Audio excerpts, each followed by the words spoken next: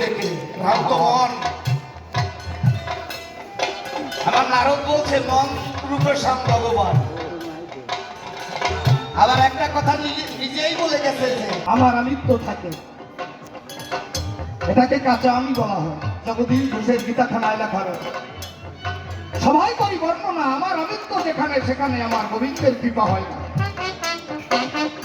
আমার আমিত্বকে যখন সামিত্যে পৌঁছে দেয়, চাওয়া পাওয়ার ঊর্ধ্বে যখন পৌঁছে যায়, সেটাকে পাকা আমি বলা হয়।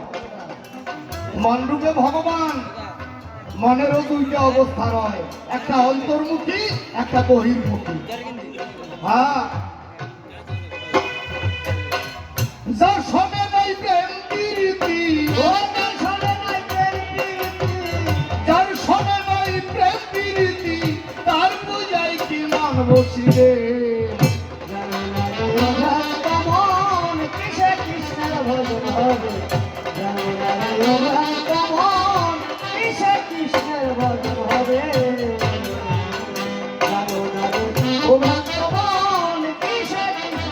ভজন হবে। ও যাহার বদন দেখলে পরে তাকে যাবে আনন্দ। হরিবল হরিবল হরিবল জয় হরিবল।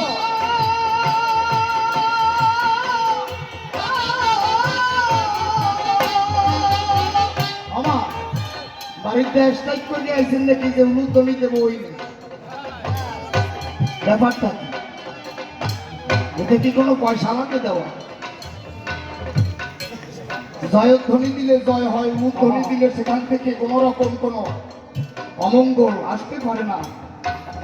এই উলুধ্বনির কি মহিমা, এ যদি আপনারা জানতেন তাহলে বারে বারে দিতেন। উলুধ্বনিতে রাধা গোবিন্দ এসে উদয় হয় বিগ্রহ ছাড়া। উলুপিয়া কি বলেছিল? কথা বলি, তুই তো ওই দানবের ঘরে এসেছিস। শক্তির পূজা করে তারা, বলিরাজার ছেলে। আমি বলি সভা দলে বিরোচন যার নাম রয়, উলুপিয়াকে বিবাহ করার পরে গোবিন্দর মূর্তি পূজা করবার অধিকার নাই সেখানে। তারা মা কালীর পূজা করে, শক্তির উপরে দাঁড়িয়েছে।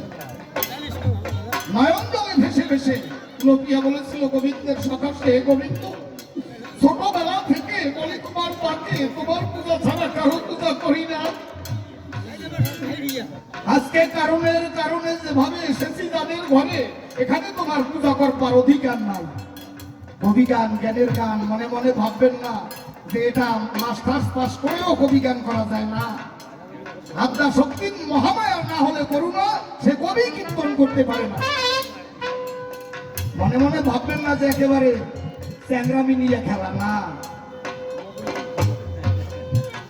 তাহলে কি হলো? উলুপিয়া নয়ন জল ছেড়ে দিয়েছে, তার স্বামীর কাছে বলেছে যে আর একটা বার আমাকে পূজা করতে দাও। আমার মনে আছে, ভাবো একবার আমি পূজা করবো, আর করবো না। সেদিন উলুপিয়া পূজা করেছিল গোবিন্দের চরণে। গোবিন্দ নিজে এসে তার স্মরণে ডেকে ডেকে বলেছে, উলুপিয়া আমার এই বিগ্রহের প্রয়োজন নাই। তুই যখন উলুধ্বনি দিবি সেখানে আমি একা না, এবং ওই রাধিকাকে নিয়ে আমি উদয় হয়ে সেখানে আমি ভক্তের হৃদয় বৃন্দাবনে লীলার মধ্যে প্রকাশ পাবো। প্রত্যেক মায়ের উলুধ্বনি দিতে হবে, নইলে আপনাদের তিনটা সন্তান হবে, বোমা সন্তান।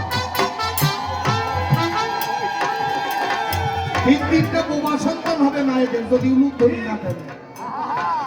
হ্যাঁ, এই যে আমার বুড়া মা, সেও উলুধ্বনি দিয়েছে, সন্তান হবে। হ্যাঁ, তারও হবে, তারও তো হবে না, সন্তান হবে। বোমা সন্তান যদি উলুধ্বনি না দেয়, আর দিলে হবে একেবারে কথা বলা সন্তান। জ্ঞান, বিবেক, বৈরাগ্য নামে তিনটি সন্তান রয়। সেই তিনটি সন্তান হবে তাদের হিয়ায় জাগ্রত সদায়। জ্ঞান, বিবেক, বৈরাগ্য জাগ্রত হবে। এজন্য মনে মনে ভাববেন না, হাসাহাসি করবেন না যে সন্তান আমার স্বামী নেই, কোন কায়দায় হবে, ওটা না। হ্যাঁ, যাহার বদন দেখা মাত্র প্রাণে জাগে আনন্দ।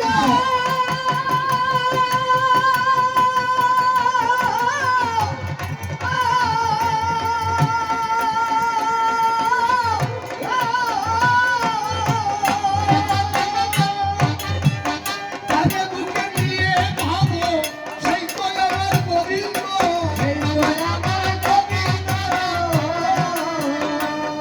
আমার মুখে যাহা ভালো লাগে ফেলে দিও তাহার ভোগে।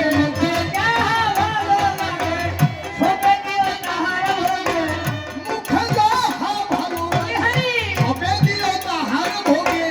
পরাণ কাঁধে যাহার লাগে এই পরাণ কাঁধে যাহার লাগে তার রূপে থাকিও ডুবে।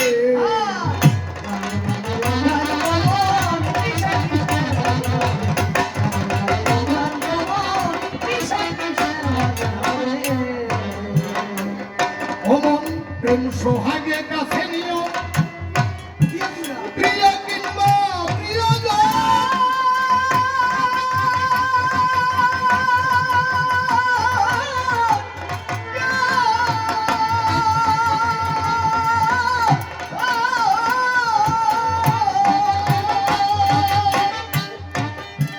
প্রাণ বল্লভ গোবিন্দ প্রেমে দিও তারে আলিঙ্গন।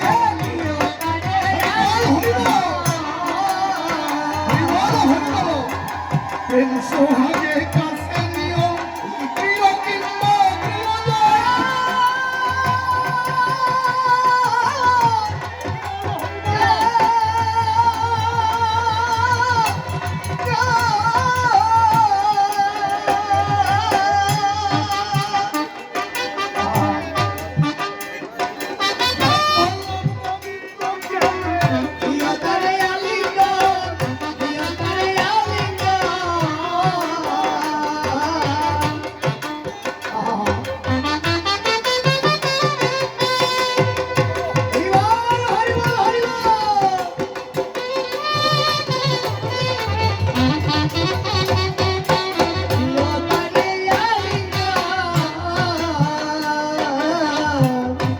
এ হলো কবি গানের সার্থকতা এখানে।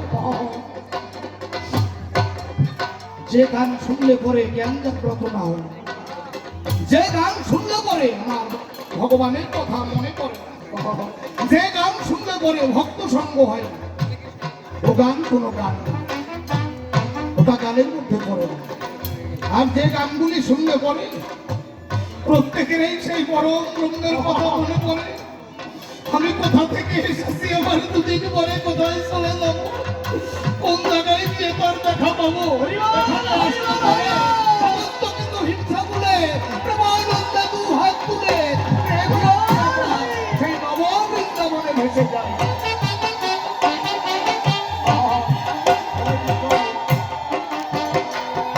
এ হলো নব বৃন্দাবন। এই নব বৃন্দাবনে ভগবান বলেছে আমি আছি কোথায়, আমার লীলা বৃন্দাবনে নেই। একটা হলো তার ধাম বৃন্দাবন গোলক ধাম, আর একটা লীলা বৃন্দাবন ভারতে যে লীলা করেছে, আর একটা হলো এই নব বৃন্দাবন যেখানে হয় ভক্তবৃন্দের আগমন।